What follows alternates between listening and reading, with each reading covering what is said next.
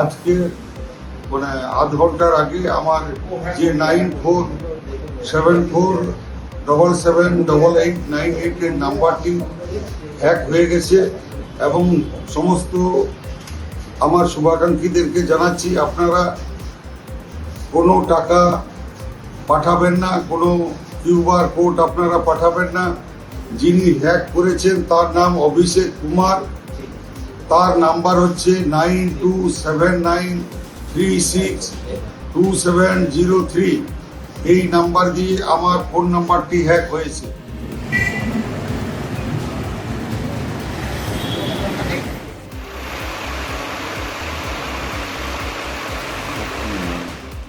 94747788 এই নাম্বারটা আমার কাছে একটা ফোন আছে এবং ফোন আসার পর ওরা আপনার ওখানে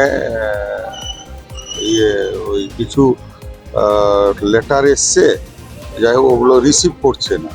তো সেইগুলো রিসিভ করার জন্য আমি তখন ফোন করি এবং ফোন করার পর তারপরে আধ ঘন্টার মধ্যে কিছু একটা ঘটেছে।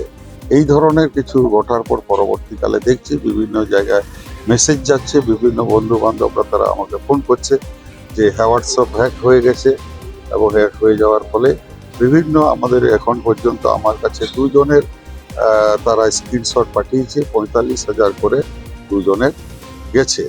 তো তার মধ্যে আমার সবাইকে আবার সতর্ক আমি নিজেও ভিডিও করে আমি সেরেছি এবং হোয়াটসঅ্যাপে কল করে সবাইকে জানানো হয়েছে। আপনার নাম করে টাকা চাইছে?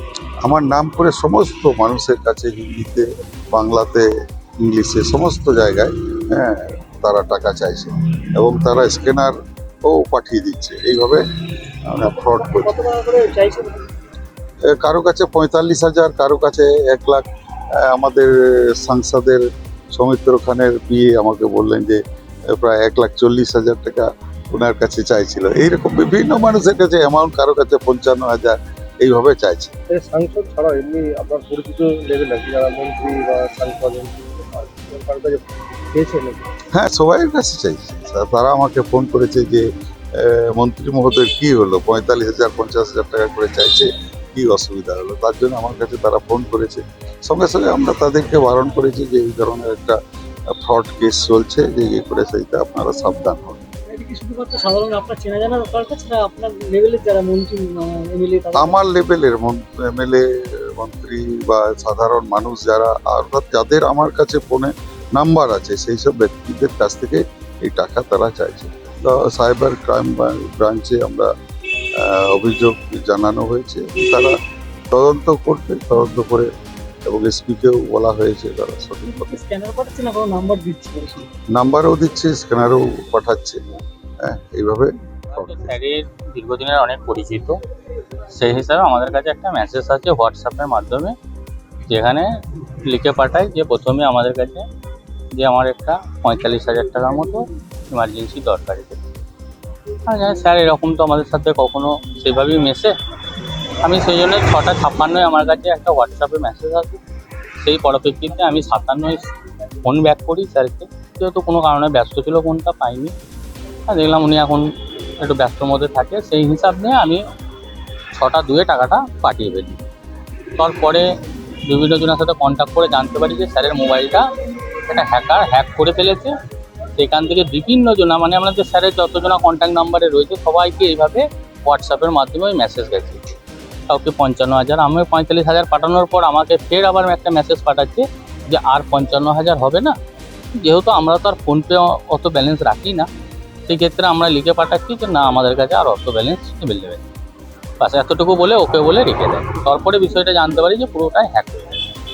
আজকে মানে আধ ঘন্টার আগে আমার যে 9474778898 এর নাম্বারটি হ্যাক হয়ে গেছে এবং সমস্ত আমার শুভাকাঙ্ক্ষীদেরকে জানাচ্ছি আপনারা কোনো টাকা পাঠাবেন না, কোনো কিউআর কোড আপনারা পাঠাবেন না।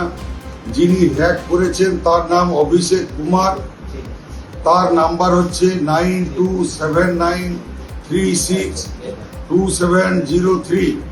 এই নাম্বার দিয়ে আমার ফোন নাম্বারটি হ্যাক হয়েছে। আমাদের ভিডিও ভালো লাগলে লাইক এবং শেয়ার করুন। কমেন্ট সেকশনে গিয়ে জানান আপনাদের মতামত। আরও ভিডিও পেতে আমাদের চ্যানেল সাবস্ক্রাইব করুন এবং প্রতি মুহূর্তে খবরের আপডেট পেতে প্রেস করুন বেল আইকন।